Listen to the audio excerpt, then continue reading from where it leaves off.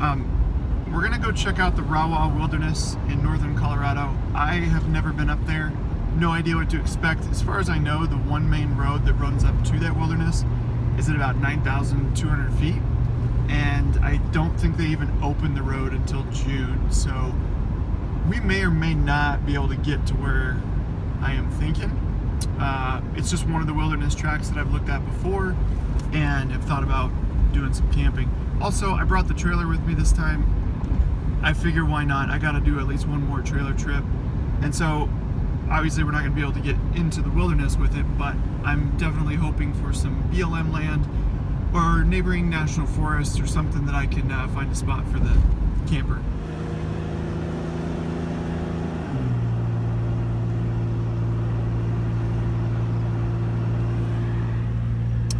Oh man, we're crawling slow up this one. Hear the engine revving? Let's watch it. Pushing 4,000 RPMs.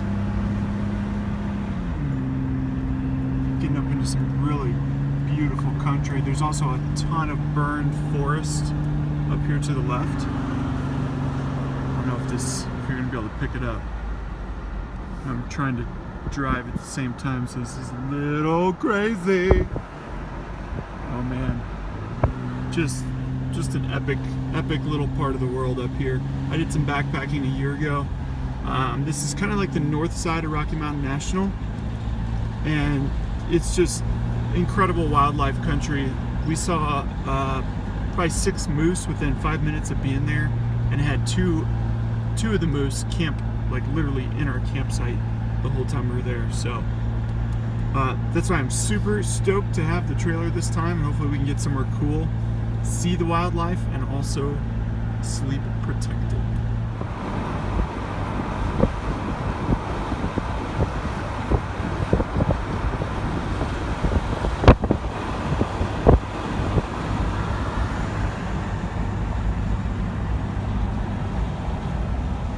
It is so pretty back here, man.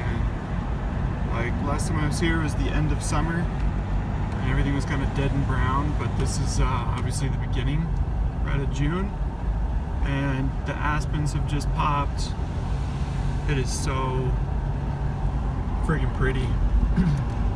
I don't even care that so far, as it's turned out, there's really nothing off this road except national forest paid campgrounds. So if it gets dark enough, I may end up having to do that, because there's just like literally not even a dirt road turning off.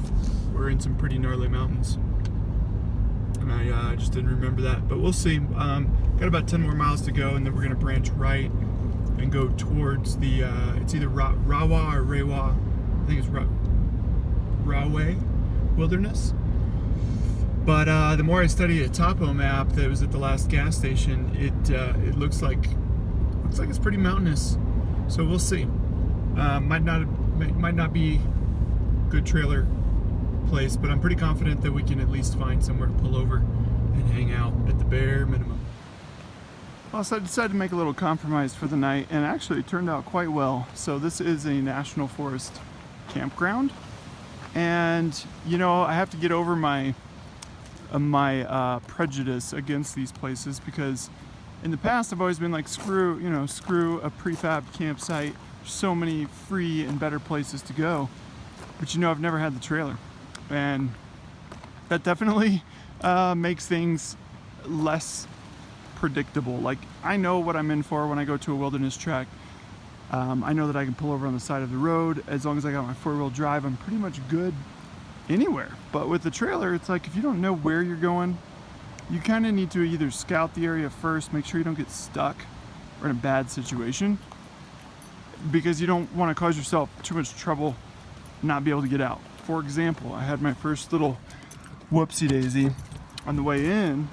This kind of a steep downhill on the way in here, and I nailed. So I like bottomed out. I guess I didn't have enough clearance. Sucks. You can see this sway bar bottomed out, and I bent the chain link. So it didn't break, but I imagine it weakened it some. So just, you know, stuff to to consider and think about. You can't backtrack so easily, and especially when you're pulling a trailer where you have car trouble, you just always want to be 2 or 3 steps ahead to not cause yourself any additional pain. Should you break down or something happen, you really don't want to be stuck. So I found this place. Yes, it's somewhat close to a road right here, but the thing is, we are so far in to the mountains. I mean, this is like the last National Forest campground before the dirt road that heads into the wilderness. There's only one other person with a little pop-up camper nestled way down there by the river, and the river is right here. You can probably hear it. So that's really going to help drown out any noise that there might be from the road or from my neighbors. To be real though, I haven't heard a car in 15-20 minutes, so I think we're all right. Check it out too. I'm right here by the river, so for all intents and purposes, I might just stay here. This is a great place, especially when it's hot during the day. I can come down and get my feet wet. And it's only 17 a night, whereas some of the ones further up the road in the more populated areas, we're looking at like 21. I'm just not gonna pay that when I have the option to go park anywhere I want for free on the side of a road. So anyways, this is a dope little camp spot right by the river. It's the Pudra River. And we're so tomorrow morning I'm gonna go explore Highway 103, which leads into that Rawah Wilderness. So, all right, time to set up camp. Ciao.